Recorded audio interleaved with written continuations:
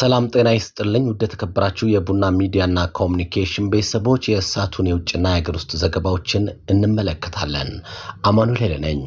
ቀይ ባህርና ኢትዮጵያ ተነጣጥሎ መኖር አይችሉም ሲሉ ጠቅላይ ሚኒስትር ዶክተር አብይ አህመድ ተናግረዋል። ጠቅላይ ሚኒስትሩ እንዳሉት ኢትዮጵያ መንግስትና ህዝብ ቀይ ባህርን ሊጠቀም ሰው ሊገድል አላለም ያሉት ጠቅላይ ሚኒስትሩ በውይይትና በስምምነት እንዲሁም በገበያ ህግ በድርድር ጉዳዩን እንፍታን ነው ያሉት። እኛም ማጋራት አለብን፣ እነሱም ማገዝ አለባቸው። ኢትዮጵያን ጎድቶ ትርፋማ መሆን አይቻልም ሲሉ ተናግረዋል። ኢትዮጵያ የባህር በር ያስፈልጋትን ብሎ የሚያስብ ሰው አንድ ተፈጥሯዊ ህግ የሳተ ነው። ቀይ ባህር እና ኢትዮጵያ ለዘላለሙ ተነጣጥለው መኖር አይችሉም በማለት አጽንኦት ሰጥቷል።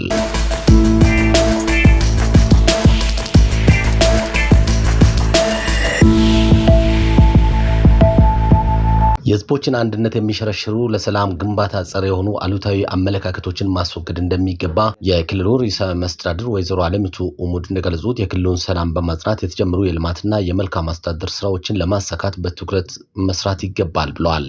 የህዝቦችን አንድነት የሚሸረሽሩና ለሰላም ግንባታ ጸር የሆኑ አሉታዊ አመለካከቶችን በማስወገድ ለክልሉ ሰላም ሁሉም የበኩሉን ድርሻ መወጣት እንዳለበትም አሳስበዋል።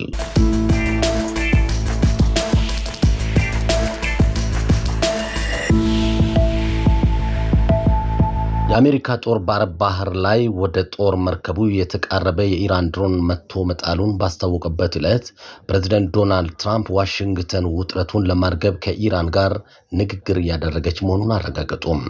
የአሜሪካ መካከለኛ እዝ እንዳስታወቀው ከዩኤስኤስ አብርሃም ሊንከን የጦር መርከብ የተነሳ የአሜሪካ ተዋጊ ጄት ሻሄድ 139 የተሰኘ የኢራን ድሮን መቶ ጥሏል። ድሮኑ ወደ ጦር መርከቡና በውስጡ ወደ ነበሩ ወታደሮች በጥቃት መንፈስ ተቃርቧል ተብሏል። ከዚህም በተጨማሪ የኢራን አብዮታዊ ዘበኛ ጀልባዎች በሆርሙዝ ወንዝ ላይ የአሜሪካ ሰንደቅ ዓላማ የጫነች የንግድ መርከብ ለማገት ሙከራ ማድረጋቸውን ሰንተኮም ገልጿል። የኢራን ወገን በበኩሏ መርከቧ የኢራንን ግዛት ጥሳ በመግባቷ ማስጠንቀቂያ ተሰጥቷት ከባቢውን ለቃ መውጣቷን ገልጿል። ፕሬዝዳንት ትራምፕ በዋይት ሃውስ ለጋዜጠኞች በሰጡት መግለጫም አሜሪካ ከኢራን ጋር አሁኑኑ እየተደራደረች መሆኑን ገልጸው ሆኖም ንግግሩ የት እንደሚካሄድ ለመናገር ፈቃደኛ አልሆኑም።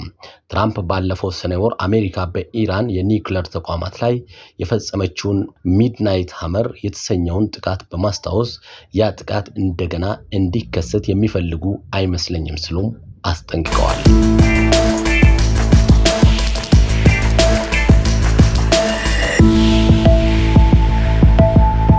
በቦንጋ ከተማ አስተዳደር ፖሊስ ጽሕፈት ቤት በህገወጥ መንገድ ሲዘዋወር የነበረ ቤንዚን በቁጥጥር ስር መዋሉ ተገለጸ። የቦንጋ ከተማ አስተዳደር ፖሊስ የወንጀል መከላከል ስራ ሂደት ተወካይ ሳጅን ተረፈ ብርሃኑ እንደገለጹት ቦንጋ ከተማ አስተዳደር ዩኒቨርሲቲ ቀጠና በተደረገው ድንገተኛ ፍተሻ 540 ሊትር ህገወጥ ቤንዚን ምርት መያዙን ገልጿል። መንግስት ባስቀመጠው አቅጣጫ በህገወጥ መንገድ የሚዘዋወሩ ናፍጣና ቤንዚን ምርቶች ላይ ጥብቅ ክትትል እየተደረገ መሆኑንም ጠቅሷል። ፖሊስ ከዚህ ህገወጥ ድርጊታቸው እንዲቆጠቡ ያሳሰበ ሲሆን የህግ የበላይነትን የማስከበሩ ተግባር ተጠናክሮ እንደሚቀጥልም አስታውቋል። ህብረተሰቡ አስፈላጊውን ጥቆማ በመስጠትና ከህዝብና ከመንግስት ጎን በመሆን ተገቢውን መረጃ በመስጠት የበኩሉን አስተዋጽኦ እንዲያደርግ ፖሊስ ጥሪውን አቅርቧል። ዘገባው የቦንጋ ከተማ አስተዳደር ፖሊስ ጽሕፈት ቤት ነው። የሰዓቱ ዘገባዎች ከቡና ሚዲያና ኮሙኒኬሽን ይህንን ይመስላሉ። አማኑኤል ነበርኩ። ጤና ይስጥልኝ።